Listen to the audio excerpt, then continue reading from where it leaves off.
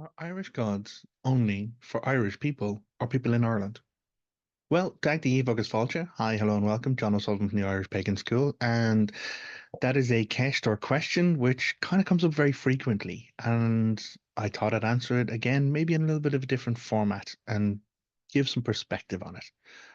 So, I suppose to get right to the crux of it, are Irish gods only for Irish people or people born in Ireland? And the answer, not hard to say, no. No, they're not. Absolutely not. And that fundamentally, like, it's one of the core things that we teach in the Irish Pagan School is that, you don't have to be Irish to engage in the teaching. You don't have to be Irish to engage in learning about these deities, learning about the culture, the mythology, the practices. You don't have to be Irish to engage in spirituality or Irish spirituality or spirituality surrounding Irish gods. You do not have to have Irish DNA. You don't have to have Irish lineage. You don't have to be born in Ireland. So the next question, really, the follow-on question is, do you have to incorporate and understand Irish culture, Irish living experience, Irish history, and Irish practices, politics, entertainment in order to engage with Irish spirituality, or Irish deities? No. Again, you don't have to. Who am I to turn around and say what you can and cannot do? You can choose to engage in your own practice and your own spirituality in your own way. Does this mean that you'll be engaging with Irish spirituality and Irish gods in an ethical and informed manner? No, it doesn't. Because divorcing and like separating the deities from the culture in which their belief and spirituality is expressed is not engaging with those deities as they are. It's changing and shifting the deities to suit your own personal need within your own personal context. Now, again, is that wrong? Who's for me to say? Have I seen people with varying levels of spiritual difficulty because of those kind of practices? Yes, I have. It's why I do this job. It's why we teach at the Irish Pagan School to help people understand, to open their minds, to explore the perspectives, and to be more informed about their spiritual choices and their spiritual growth. It's literally school. It's not Irish Pagan hangout chat. It's not Irish Pagan, you know, cult. Absolutely not. It is a school. And you can choose to come to the school and engage with the education if you like. You can choose not to. Perfect free will. You can choose to engage with the practices. You can choose to use the practices of guided journey meditation that we offer. You can choose to use the practices of hexing and warding or herbal knowledge from Irish like teachers, Irish native practitioners, or not. You are free to do and express your own spirituality in your own way. What I have seen and what I speak from experience here is that people who believe in Irish gods or come across Irish deities invariably deepen and enrich their understanding of themselves and their relationship with their spiritual devotion, be it gods, guides, guardians, ancestors, or whatever, when they understand the mythology, the history, and the cultural aspects of the source nation. It's kind of fundamental. Now, I'm not saying that you can only French people can worship Gaulish gods. Fucking no. I'm not saying only Norse people or people with Viking ancestry or like can or Scandinavian ancestry can worship Scandinavian deities. Absolutely fucking not. There's a horrible rhetoric that underlines that of racism and like ethnic essentialism that causes a lot of fucking problems. And that's never anything that we stand for in our communities. That is something we really, really rile against. You don't have to have green hair, sorry, green eyes and red hair to be Irish. You don't have to be white to be Irish. You don't have to be blonde hair, blue eyes to worship the Norse gods. There's a whole underlying issue with that, which is racism. That's not what we teach here. We're actively against that. So when I talk about the Celtic gods problem, for example, and people presuming that all gods are one gods, or because all of these and races go back to Indo-European origins, and that's how we currently understand the expansion of humanity across the Middle East, which would be from the Mediterranean out into Western Europe. That's how we understand it, this Indo-European route, which then dictates a lot of the languages that come from there. And that's really what it comes down to. The language of these Celtic tribes, in essence, being referred to as having a P-Celtic or a Q-Celtic root in linguistic origins.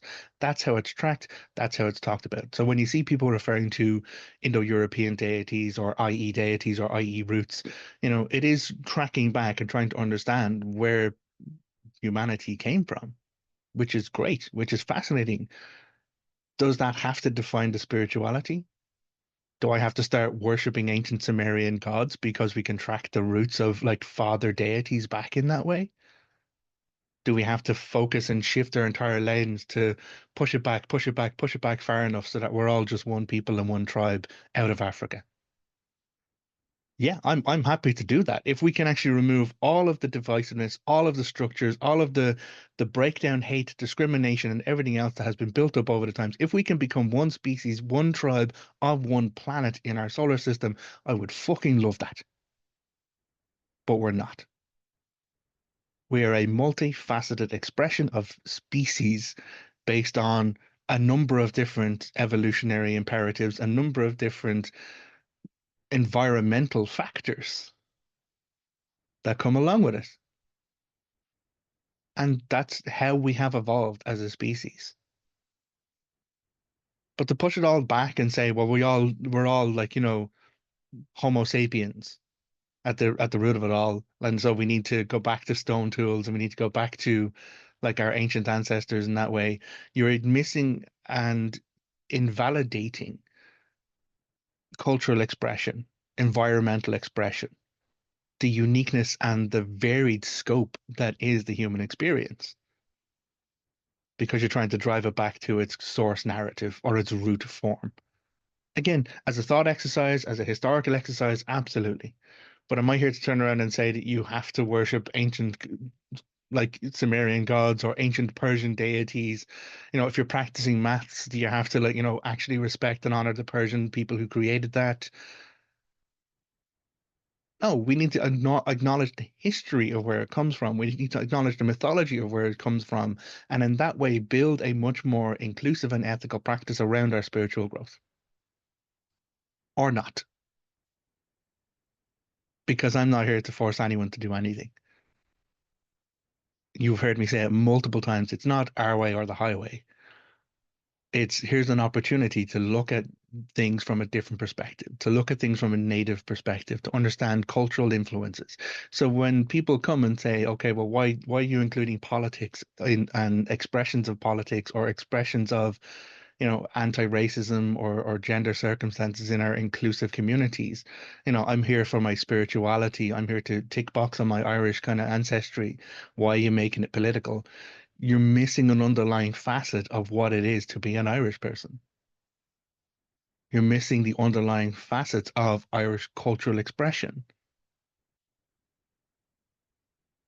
So why is that relevant? Well, these deities are Irish. The expressions of these deities as they connect with our culture, as they connect with our landscape, is Irish. Oh, but Lou came out of France first, did he?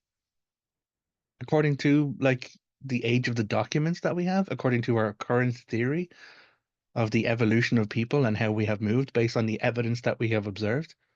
Absolutely. But the thing with theories is they need to be revised based on new evidence, based on new facts. And so the current theory of glaciation across all of Europe, our last great glaciation, has Ireland being completely empty and completely devoid of all form of life between, now I'm going to get the maths wrong on this. I can look it up and I might put the link to a blog post I wrote about it below. Um, I think it's between 20,000 years ago and like 12,000 years ago, something like that. It's something like, amazing. But more information, more facts that have come out shows that during the period or during our current understanding of glaciation in Western Europe, where Ireland is presumed to have been completely covered of ice and devoid of all kind of life, we now have bones. We have bones found in a cave in Castlepook, which showed that there was human activity. There were people butchering reindeer, with stone tools on the island during the time frame when it was supposedly completely lifeless and covered in ice. So yeah, it all comes out of Indo-European roots. It came out and moved across our into like the Western Europes. Ireland was the last place to be colonized. Okay, or is it possible that there were tribes who had crossed over the ice bridges from the north and were happily living in Ireland? And who's to say it didn't go the other way? Now, I'm not purporting a theory that everything came out of Ireland. No, I don't have enough evidence for that. But I do have questions, and I do have information or facts that lead me to more questions. Does that mean I need to completely reevaluate everything and talk about it all from a different direction? At the moment, no. But even if there was that shift and change, I would still say that we need to look at our spirituality through the lens of the cultures in which it is expressed and not fall into the trap of colonized, imperialist, monotheistic thought patterns in each category. Like there's colonizer thought patterns that, well, these people are all barbarians and they don't really understand anyway. Okay. Julius Caesar, Great Britain, we don't have to go that far fucking back to find it. Monotheistic? Well, yeah, it's all kind of one god or one expression of deity in the end of it all. So this polytheism stuff is just the one set of gods expressed in different cultures. So it's all Zeus and his group, or it's all Jupiter and his group. But we know it's not. So there's a number of different mentalities that each of us, me included, need to be aware of. Because the only way we can approach these things is with a beginner's mindset, with an open-mindedness, with a curiosity and a willingness to be wrong. Absolutely. Give me more information, give me more facts, and I will change and shift my narrative. I will change and shift my understanding and my expressions based on the new information. If it changes the view of things.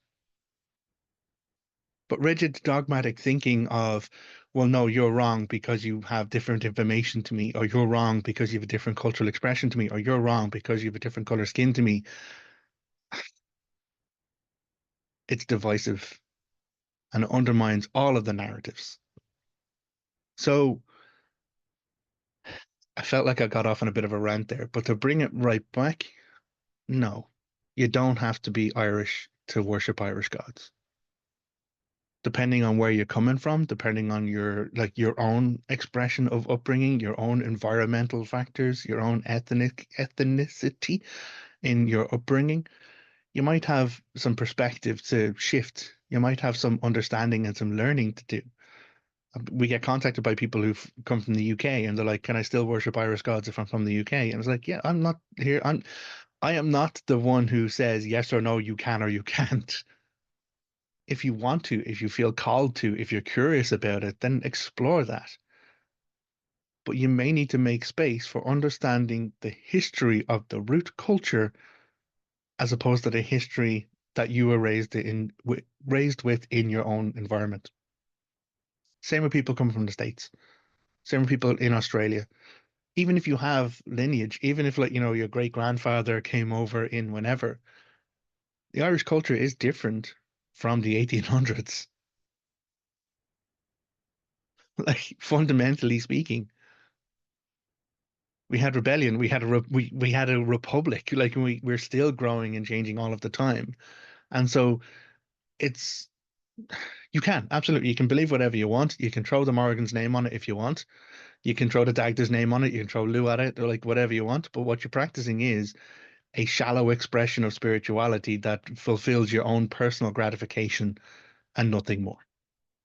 The same way there are a whole load of healing wells all over this island, and you go to any like healing well, you'll find statues of Mary, statue of a saint, statues of Bridget put on it, because Christianity came in and was like, oh yeah, well here's all these ritually significant spaces of healing.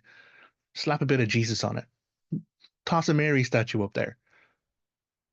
They didn't remove the underlying expressions of people's cultural belief and spiritual practices. They co-opted them.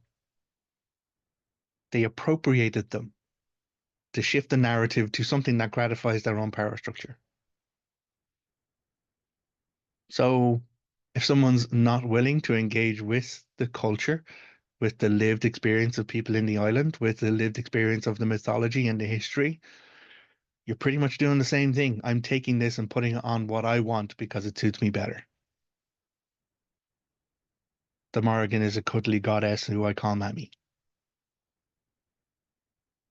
The Dagd is an oaferish, lecherous god who because he's a man and has a big penis, I can't engage with him in my spiritual practices. These are all Lou, sorry, yeah. The fascination with Lou being some golden haired, blonde, Aryan type figure. No, fuck off. Lou's mixed race. He's half Fomorian and half Tuatha Danann, the same way Bress was. How would you know that? Oh, well, you'd have to go back and read the mythology and you'd have to understand it. How is that expressed? Well, culturally speaking, there's never been a fucking problem with that in Ireland until there was a problem made of that in Ireland. And now here we are generations later with race issues in my country.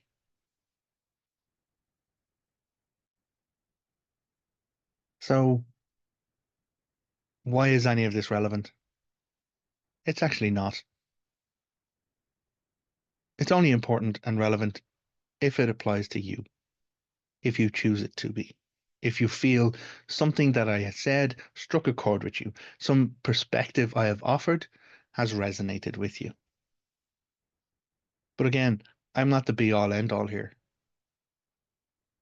I'm an Irish guy trying to explore Irish paganism and spirituality, trying to decolonize my thinking, trying to get beyond the appropriation and the colonization of the Catholic Church in my country, trying to go back to the roots, trying to understand something very different to what I was raised in.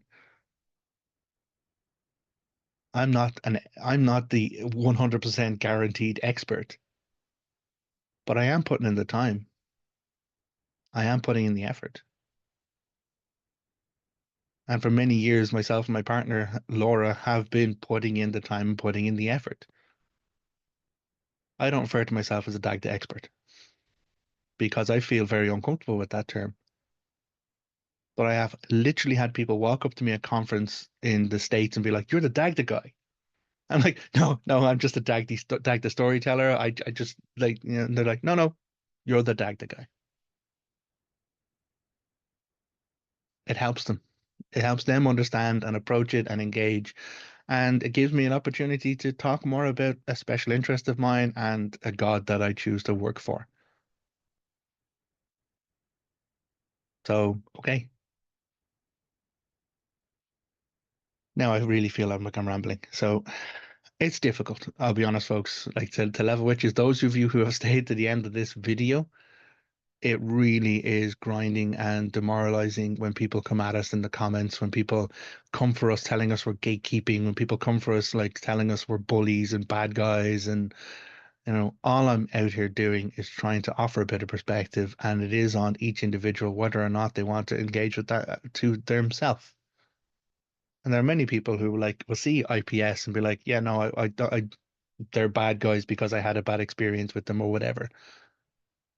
Okay, sorry for that, but we're not going to change our behaviors and we're going to keep talking about what we need to talk about, which is the Irish expression of spirituality in a pre-Christian state and the importance of understanding our culture and our mythology and the expression of that as it has informed the status of Irish people. So again, do you have to be Irish to believe in Irish gods? No. Do you have to understand Ireland, its history, its mythology, its people, its culture to worship our Irish gods? No. But if you want to do it honorably, ethically, deeply, and fulfilling, then yes, explore our culture, explore our mythology, get to know our history, Get to know us better, because then you understand and know the expression of spirituality from these deities through the lens of an Irish person. And that's what we offer. So, thank the Gritch, thank the Eve, thank you, hello, thank to be with you. I'm saying hello again at the end of it. Flustered. Thank you very much for being with me here. I really, really appreciate it. We work really hard and have for many years to provide this information and to provide as much access to native cultural Irish teachings of pagan origins as we can. If you want to know more, we have a whole lot of free resources for you. You don't even have to spend a cent. Go to irishpagan.school/free. Full classes, guided journey meditations, book recommendations, a whole lot of stuff that you can actually do to engage and to grow in your own spirituality in what we believe is a deeper and more ethically and more connected way. Until next time, look after yourself, take care. Agus Salán. Goodbye.